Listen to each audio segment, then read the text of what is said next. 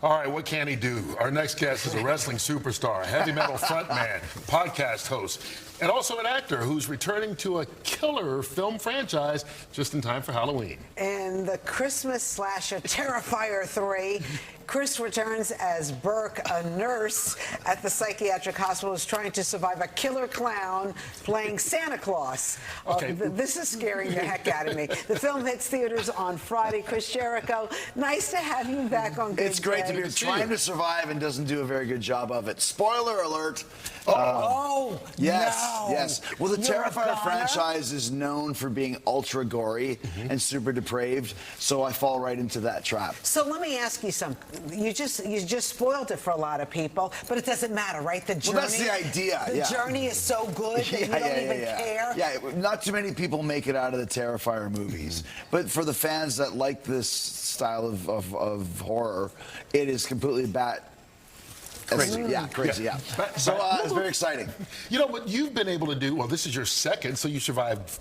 I survived one to get to number 3. Yeah. But this is one of those things. I mean, this thing's a cult. People it really love is. This thing. It really is. And Terrifier started out on a small scale, and now here we are to go into 3. It's opening, I think, on 2,600 screens. Yeah. So it's become, like you mentioned. Why do you think? Because Art the Clown, the killer in the movie, is kind of a modern-day Freddy, Jason, Michael Myers, and we haven't had that in 40-odd years. And like I said, it's super gory. So if you like that style of horror movie, the fans know what they're going to get. And this one is above and beyond. So it's exciting to know that the movie has got to this level in all these years. Chris, let's see you in action, shall we? Please, let's do it.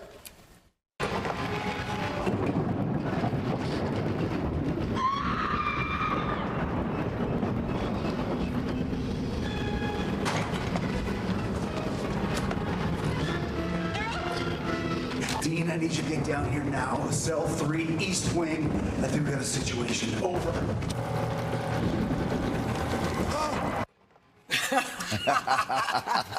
What were the challenges of doing this? I think I should win an Oscar for grabbing the walkie-talkie. I'm Best sure walkie-talkie grabbing, Chris Jericho. There's a category for that for sure. What were the challenges? Yeah, I mean, are you like one of these people, like in real life, that you get scared easily and like this kind of thing? Not particularly, but what you see right after this clip ended is this horribly grotesque woman with no face. So, you know, when you're in a movie like this, the instinct is to scream, but everyone does that. So I try to be a little bit more just like disgusted, I mean, the challenge is to do something that's going to stand out in a movie like this where there's so much destruction and so much gore and it's so over the top.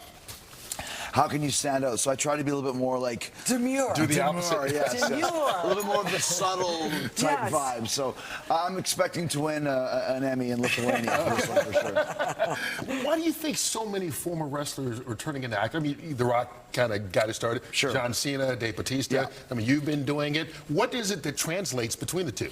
Well, people will say, like, how long have you been acting for? Like 34 years. Wrestling is acting.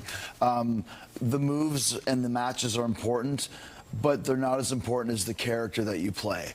And to play a great character in wrestling, just like anything in movies or film or whatever, you really have to drop into it and become that character. So I think it's just the natural progression. If you're in the top echelon of pro wrestling, you are a great actor just by proxy of what you're doing in the ring. Do you have aches and pains from your days in the ring? I do, but I kind of switched everything. I did a lot of yoga. Now I do a lot of kickboxing. I don't lift weights anymore because the last few times I lifted weights, it was hurting me way more than I was like, what am I doing this for? Like my joints are hurting and everything. So you just have to adapt as you get older. But I feel really good. I feel spry.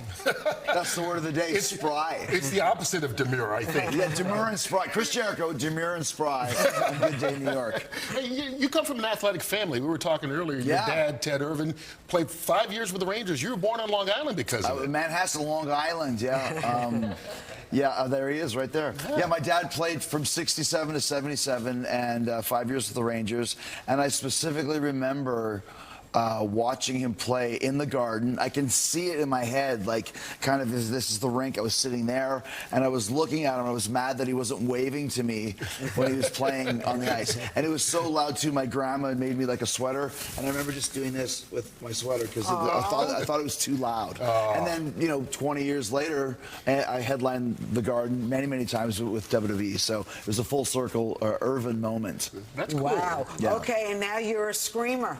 A screamer. Basically. A demure screamer, though. Yes. That was kind of my It's part. that kind of acting that'll get you, would you say, an Emmy in Lithuania? Lithuania. Okay. Yes. Very popular Chris in Jericho, Lithuania. you're so much fun to talk to. Congratulations. Hey, when's the band going on the road? We're on tour right now. I was in Birmingham on Monday, New York today. I'm in Charlotte tonight. Come rock with us. We're in the Gramercy Theater on October 17th. Fozzy There you is go. the band. Quick plug. There you go. There you 70 go. million views of Judas, gold record, and 100 million streams. What more do you want? In Lithuania or here in the Here States? in the States, Oh, okay. All in right. Lithuania, it's way crazier. Just wanted to be clear on that. Yeah. Chris Jericho, thank you so much, man. We appreciate Thank you guys. Appreciate it.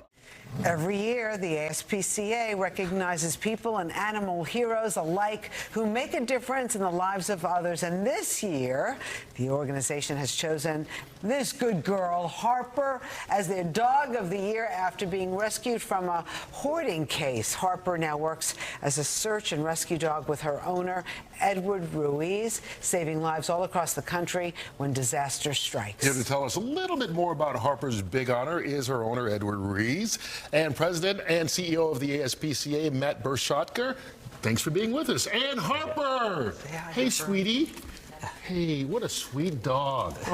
First, tell us how you got connected with Harper, Edward. So she got trained in human remains detection by the Search Dog Foundation, and about 4 years ago we got paired together. I'm a firefighter, and they pair search dogs with firefighters, and luckily I got paired with her, and we've been doing this job ever since. You guys going down to the South, North Carolina, Florida, with everything going on? So I have teammates right now that are specialized in human remains detection, and they're already there. They're assisting. There's a bunch of dogs down there right now. But I wouldn't be surprised when I get back home, I get diverted to Florida following Hurricane Milton. Where's home for you? Los Angeles. Los Angeles. Yeah. Matt, tell us about this dog of the year. Yeah, so as you said, every year we look around and we have a really competitive process and we try to identify a dog that really celebrates the human-animal bond, right? And Harper, of course, does that, and her story is so compelling. She was a hoarded animal, right? And hundreds of thousands of animals suffer from hoarding every year in this country. She was in a shelter, and then it was discovered that she has this extraordinary gift to give, to bring closure to people in the toughest moments of their life. And for us, she really illustrates the remarkable animals that are in our shelters all over the country. And I have to say, October is Adopt a Shelter Dog Month, so I want to encourage people to go to their shelter and find dogs that may have gifts like Harper's, or dogs that may just be your buddy. How did you know that she had this gift? I did not know she had this gift. This was something I Edward? think Ed can speak to. So the Search Dog Foundation, they specialize in training these type of dogs. And the characteristics that make them great search dogs is that they have high energy and they have drive, especially for toys. So they evaluated her and said that she would be perfect for that. And they flew her over to Southern California and started training her for a year. It's one of those things I always encourage, and I was telling you guys, I have 2 rescue dogs at home, and people, they see dogs in shelters and they think, okay, they'll be good just to be pets. But if you train them like anything else, especially if you get them young, you can teach these dogs to do anything. Oh yeah, like her, she's one of those dogs that normally get sent back to a shelter because of her high drive, high energy. Families can't deal with that, but she's special. She could do this job that other people can't do, and she does amazing work. Well, you can see she can be docile when you need it. And I think, Matt, one of the things that is important when people look to adopt dogs is to find one that matches you and your situation, your family, not just, oh, that's the cutest. That's 100% right, and that's really good advice. And we give that advice to people all the time. What is your lifestyle? Are you looking for someone to run with? Are you looking to someone sit on the couch with you? What's your family lifestyle like? What's your home life? Think about all those things and try to look past the aesthetics, because what's really valuable, what's really so special about dogs is what's inside, right? And the bond and the love and the joy and the companionship that they bring to us and bring to our lives. So we were talking about Hurricane Milton and what's going on in Florida.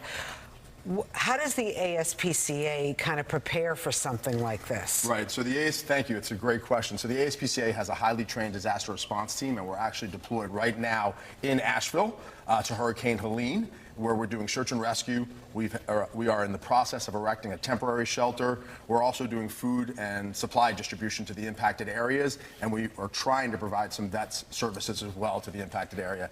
And we recently received a request to deploy to Florida, and we'll see what resources we have for Florida.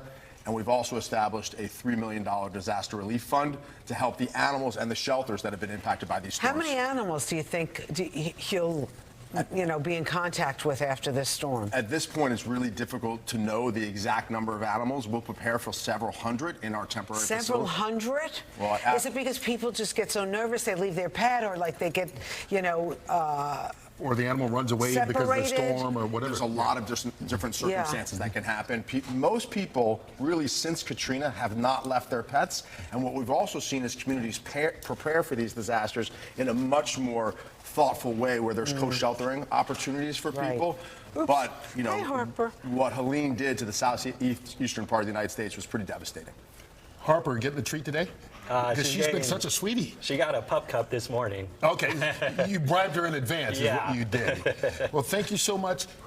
Matt, tell people how they can kind of help the ASPCA going forward here, not only with this, but just in general. So there's a few things that people can do to help the ASPCA and the thousands of shelters across this country, right? You can, of course, volunteer. You can adopt, but another thing that you can do is you can foster. And what fostering does is it takes that animal, prepares them for life in a home, and frees up the limited resources that the shelters have, so they can use those resources on the animals that really need to be there. It's kind of a ripple effect, if I may, of taking one animal but having a much greater impact. Thank you so much for what you do, and thank you, Edward, for what you do in California and going down in the South. And Appreciate it. thank you, Thank you Good for luck. having me. Thank Thank you. you. Thank You're you, such a Harper. good girl. Matt, Thank you. nice It's to good to see you, too. Thank you so much. How old is Harper, real quick? She's 8. Perfect age. All right, thank you, Edward.